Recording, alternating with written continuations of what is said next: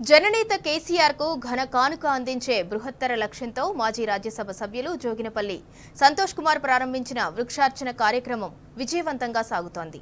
హైదరాబాద్ బంజారాహిల్స్ లోని వెంగళరావు నగర్ పార్క్ లో సంతోష్ కుమార్ నేతృత్వంలో పెద్ద ఎత్తున మొక్కలు నాటారు. సంతోష్ కుమార్ తో పాటు మాజీ కార్పొరేషన్ చైర్మన్లు, బీఆర్ఎస్ నేతలు, శ్రేణులు ఈ కార్యక్రమంలో పాల్గొన్నారు. రేపు కేసీఆర్ పుట్టినరోజు సందర్భంగా గ్రీన్ ఇండియా ఛాలెంజ్ సృష్టికర్త సంతోష్ కుమార్ ఇచ్చిన పిలుపు మేరకు రాష్ట్రమంతటా భారీగా మొక్కలు నాటుతున్నారు.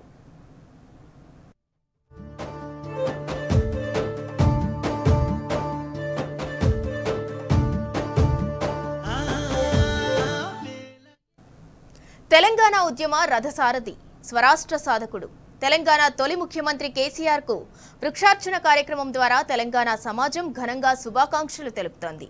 తెలంగాణ నేలకు హరితహారంతో పచ్చల హారాన్ని తొడిగిన హరిత సేనానికి వినూత్నంగా జన్మదిన శుభాకాంక్షలు అందిస్తున్నారు. జోగినపల్లి సంతోష్ కుమార్ చేపట్టిన వృక్షార్చన కార్యక్రమానికి రాష్ట్ర వ్యాప్తంగా విశేష స్పందన లభిస్తోంది.